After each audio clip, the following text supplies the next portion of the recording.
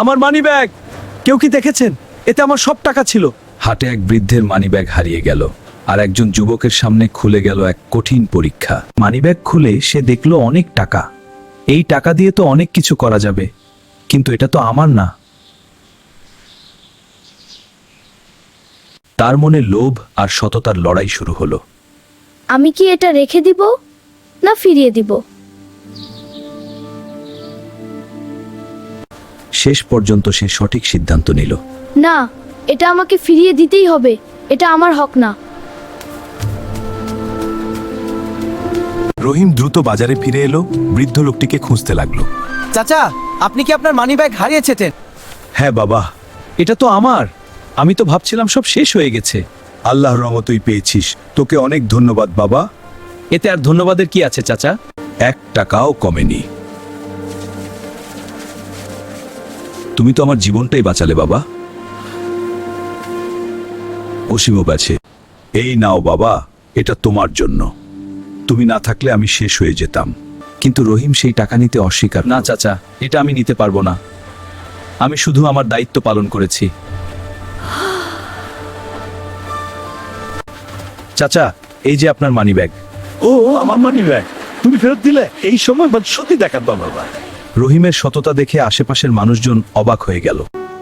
বাবা, আমি গরিব মানুষ, এই টাকাগুলো দিয়ে আমার ওষুধ কিনতাম। বৃদ্ধ লোকটি রহিমের জন্য দোয়া করতে লাগে, আল্লাহ, এই ছেলেটাকে আপনি দুনিয়া ও আখিরাতে সফল করুন। রহিম চলে যাচ্ছিল, কিন্তু সে জানাতো না এই সততার জন্য আল্লাহ তার জন্য কি রেখেছেন। আমি শুধু সঠিক কাজটাই করেছি, বাকিটা আল্লাহর উপর পড়ে। আজ টাকা নিতে পারতাম, কিন্তু না, আল্লাহ নিশ্চয়ই আমার জন্য ভালো কিছু রাখছেন। এই শোনো ভাই, তুমি কি একটু দাঁড়াবে? তোমার সাথে কথা আছে। জি বলুন ভাই, আমার একটা জরুরি কাজে সাহায্য চাই। বলুন, কি সাহায্য করতে পারি? আমি সব দেখেছি, তুমি যেভাবে সেই মানিব্যাগ ফিরিয়ে দিলে। আজকাল এমন মানুষ খুব কম। আমি আমার দোকানের জন্য একজন বিশ্বস্ত লোক খুঁজছি। তুমি কি কাজটা করতে চাও? হ্যাঁ, আমি খুব খুশি হব। এই নাও, এটা তোমার জন্য। অসংখ্য ধন্যবাদ। রহিম অবাক হয়ে গেল, তার জীবনের মোড় ঘুরতে চলেছে। আমি তো শুধু ভালো কাজটাই করেছি, কিন্তু আল্লাহ এত বড় প্রতিদান দিবেন ভাবিনি। এই ছেলেটা খুব সৎ, দোকানের জন্য একদম ঠিক লোক পাওয়া গেছে। রহিম নিষ্ঠার সাথে কাজ করতে লাগলো, 1 টাকাও কখনো ভুল করলো না।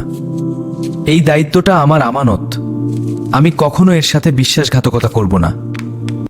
রহিম, আজ থেকে তুমি এই দোকানের ম্যানেজার, কারণ আমি তোমার উপর সম্পূর্ণ ভরসা করি। অনেক ধন্যবাদ মালিক, আমি আপনার এই বিশ্বাসের মর্যাদা রাখব। রহিম সিজদায় পড়ে আল্লাহর কাছে শুকরিয়া আদায় করলো। হে আল্লাহ, আপনি আমার সততার জন্য আমাকে এত বড় প্রতিদান দিলেন। আমি আপনার শুকরিয়া আদায় করছি। আমি মনে রাখো, দুনিয়ায় সততার মূল্য হয়তো দেরিতে পাওয়া যায়, কিন্তু আল্লাহ কখনো তা নষ্ট করেন না। সততা কখনো হারায় না, আল্লাহ একদিন তার উত্তম প্রতিদান দেন।